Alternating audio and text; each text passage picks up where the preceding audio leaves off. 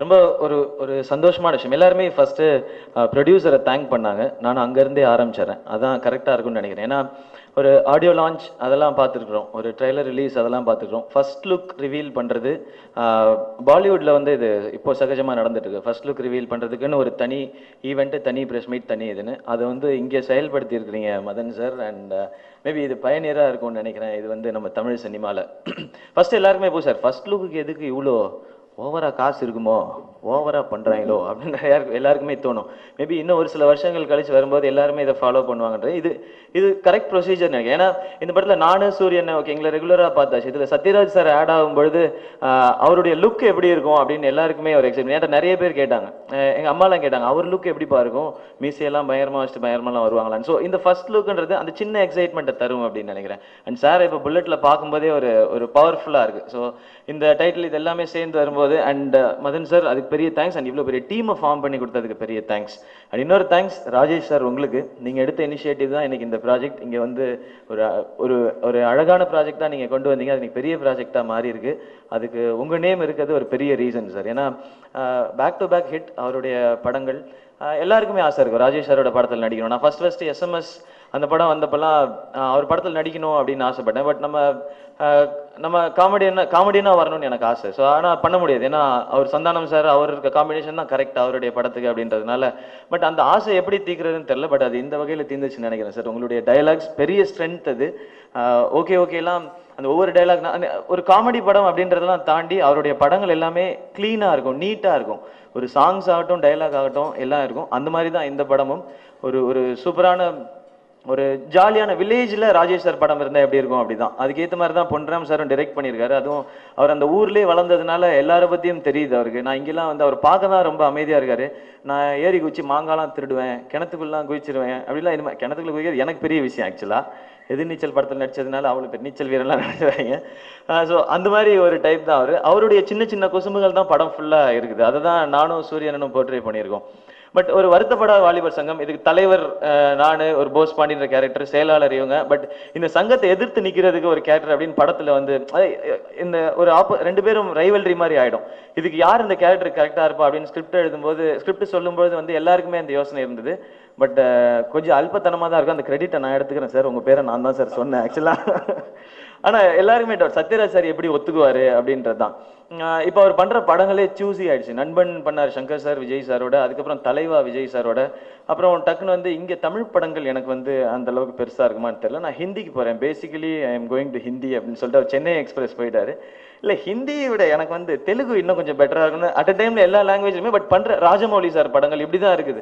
So இந்த ஸ்கிரிப்டை சொல்லும்போது அவர் அக்செப்ட் பண்ணிக்குவாரா அப்படின்றது தயக்கம் எல்லாருக்குமே இருந்தது. பட் அவர்னால மட்டும்தான் இந்த ரோலை பண்ண முடியும் அப்படின்றது. ஏன்னா இந்த கேரக்டருக்குள்ளே எல்லாமே இருக்குது. நீங்கள் இதுக்குள்ளே ஒரு ஒரு ஒரு ஹீரோவை பார்க்கலாம், ஒரு வில்லனை பார்க்கலாம், ஒரு ஒரு ஒரு ப்ராப்பர் கேரக்டர் ஆர்டிஸ்ட்டை பார்க்கலாம், ஒரு காமெடியனை பார்க்கலாம். பட் இதெல்லாம் சேர்த்து செய்யணும்னா எனக்கு தெரிஞ்சு ஹிந்தியில் யாராவது இருந்திருக்கலாம். சவுத் இந்தியாவில் சத்யராஜ் சார் மட்டும்தான் இருக்காரு. எங்களுக்கு பெரிய ஹானர் சார் இந்த படத்தில் நீங்கள் நடித்தது. அண்ட் உங்களை எதிர்த்து ஒரு சீனில் நின்று ஒரு டைலாக் பேசுறதுங்கிறதெல்லாம் வந்து கனவுல கூட நினச்சி பார்க்காத விஷயம். ட்ரீம் கம் ட்ரூன்றதை தாண்டின ஒரு விஷயம் சார். உங்களுக்கு எதிர்த்து அது உங்கள் டைலாக சொன்னது, அது நீங்கள் சொன்ன மாதிரியே வேற வழியில் அப்படி தான் கேட்டாகணும். நான் முதல்ல யோசிச்சேன், இது நம்ம சொன்னால் நல்லா இருக்குமே, போய் கெஞ்சி கேட்டு பார்ப்போம். அவர் ஒத்துக்கலைன்னா என்ன பண்ணுறது, ஓகே இருக்கவே ஒரு டெக்னிக், காலில் விழுந்துருவோம் அப்படின்னு சொல்லி அந்த லெவலில் தான். பட் அது எல்லாமே நல்லா இருக்குது. ஸ்க்ரீனில் பார்க்கும்போது அந்த எனர்ஜி நல்லா இருக்குது. அண்ட் ஹீரோயின் அவங்கள பற்றி சொல்லியே ஆகணும். ஏன்னா அவங்களுக்கு சுத்தமாக தமிழ் தெரியாது, தெலுங்கில் தான் ஃபுல்லாக பேசுவாங்க. அண்ட் அதனாலே ஷூட்டிங்கில் யாரும் அவங்கள்ட்ட பேச முடியல. அந்த அந்த துரதிர்ஷ்டம் எல்லாருக்குமே இருந்துச்சு. முக்கியமாக எங்கள் கேமராமேன் சாருக்கு அந்த பிரச்சனை இருந்துச்சு. அதாவது இல்லைங்க, இப்படி நில்லுங்கன்னு சொல்லணும்ல, அது தெலுங்கு தெரியாதனால பிரச்சனை இருந்துச்சுன்னு சொல்ல வந்தேன் நான். பட் இதனால இந்த தெலுங்கு அப்படின்ற ஒரு விஷயத்தினால வாழ்ந்தது எங்களுடைய அசோசியேட் டைரக்டர் தளபதி. அவர் நாங்கள் இந்த இடத்துல வந்து ஏற்கனவே கடுப்பில் தான் சுற்றிட்டு இருக்கோம் மொத்த யூனிட்டும். ஏன்னா இவங்க ரெண்டு பேரும் தெலுங்குலேயே பேசிக்குவாங்க. தயவு செஞ்சு சேனலில் மாத்துறீங்களா ரெண்டு பேரும் அப்படின்ற லெவலில் தான் இருக்கும். அந்தரி எம்மன்டி நாவன்டி அப்படிதான் இருக்கும். நமக்கு இதுவரை தான் புரிஞ்சது தெலுங்குல. பட் அதை தாண்டி அவங்க அதனுடைய சென்ஸை புரிஞ்சுக்கிட்டு நாங்கள் டைலாக் இம்ப்ரவைஸ் பண்ணோம். நானும் சூரியனை சும்மா இருக்க முடியாது. எங்கள் ரெண்டு பேருமே இது போடுமா, இந்த இடத்துல இது போடுமா, நான் ஒரு டைலாக் போட்டால் சூரியன் நீ போடுறியா டைலாக், இருடா டே நான் வரேன்டா டே நான் ஒரு டைரி வச்சிருப்பார், புரட்டுவார் ஃபுல்லாக. இந்த டைலாக் இந்த இடத்துல நான் சொல்கிறேன் அப்படின்னு. சரி சொல்லுங்கள். ஸோ ஒரு சீன் 1 நிமிஷம் தான் அப்படின்னா எங்களை நடிக்க வச்சா அது 4 நிமிஷம் ஆயிரும். உங்களுக்கு நான் கண்டிப்பாக ஃபுட்டேஜ் ப்ராப்ளம் வரும், டிஜிட்டலில் தான் இனிமேல் எடுத்துக்கணும். பட் அந்த அந்த ஒரு போட்டி படம் ஃபுல்லாகவே இருந்தது. அதுதான் ஃபுல்லாக பார்க்கும்போது அது சேலஞ்சிங்காகவே தான் இருக்குன்னு நினைக்கிறேன். அதனால தான் சூரியனோட நடிக்கும்போது இன்னும் கொஞ்சம் ஃப்ரெண்ட்லியாக இருந்துக்கிட்டு அண்ணா இந்த டைலாக் நீங்கள் சொல்லுங்கன்னு ஒரு டைலாக் அவர்கிட்ட கொடுத்து அப்படி ஒதுக்கி விட்டோம்னா அவர் பரவாயில்லப்பா சிவகார்த்திகேயன் நமக்கு ஒரு டைலாக் கொடுத்துருக்கோமா அந்த மாதிரி இருக்குது. பட் ஒரு ஜாலியான படம், ஒரு கமர்ஷியலான படம் பண்ணுறோம் அப்படிங்கும்போது நிச்சயமாக சாங்ஸ் மஸ்ட். அதுவும் சாங்ஸ் ரொம்ப விரும்புகிறேன் நான். சாங்ஸ் ரொம்ப பிடிச்சிருந்துச்சுன்னா அந்த படத்தை போய் பார்க்குற ஒரு கேரக்டர். ஸோ அந்த வகையில் எனக்கு வந்து மனம் கொத்தி பறவைக்கு அப்புறம் அந்த படத்தில் ஒரு பெரிய ஹைலைட்டாக இருந்தது சாங்ஸ் தான். படத்தினுடைய அந்த ஆல்பமே ஹிட். அதுவும் அந்த combination Imman sir Yugabharathi sir அவங்க காம்பினேஷன் இது பெரிய சக்ஸஸ். அது இந்த படத்துலையும் இருக்கும் அப்படின்ற நம்பிக்கை இருக்கு. ஏன்னா அவங்க அதே காம்பினேஷன். பட் ஒரு லவ் சாங் அதை தவிர்த்து மீதெல்லாம் ஒரு ஃபன் ஃபில்ட் சாங்ஸ் தான் இருக்கு. இன்னொரு சாங் ஒன்று இருக்கு, 2 சாங் பற்றி பேசினாங்க. ஊதா கலர் ரிப்பன், பார்க்காத சாங். இன்னொன்று வந்து இருக்கு, இந்த எப்பவுமே இந்த லவ் ஃபெயிலியர் சாங் அப்படின்ற ஒரு பேட்டர்னில் இந்த படத்துலையும் ஒரு பாட்டு இருக்கு.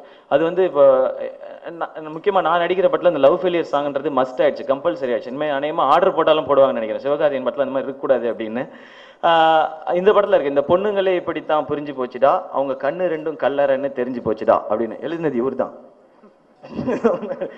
சார் தான். பட் இது ஒரு கியூட்டான ஒரு லவ் ஃபெயிலியர் சாங். ஸோ இந்த மாதிரி ஒரு கம்ப்ளீட் பேக்கேஜ் எங்களுடைய எடிட்டர் ஆகட்டும். அண்ட் முக்கியமாக நான் அழகாக தெரிஞ்சது காரணம் எங்களுடைய கேமராமேன் பாலசுப்ரமணியம் சார்.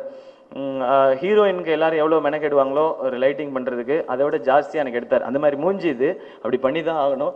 பட் எல்லாருமே சொன்னாங்க மானிட்டரில் பார்க்கல எல்லாமே நல்லா இருக்கீங்க, பிரைட்டாக இருக்கீங்க. இமான் சார் பார்த்துட்டு உடனே ஃபோன் பண்ணார், தம்பி அழகாயிட்ட அப்படின்னு சொல்லி. எல்லா புகழும் எங்கள் கேமராமேன் பாலசுப்ரமணியம் சாருக்கு அப்படின்னு சொல்லி ஆஸ்கர் வாங்கின லெவலுக்கு ஃபீல் பண்ணி நான் சொல்லிட்டேன் நான்.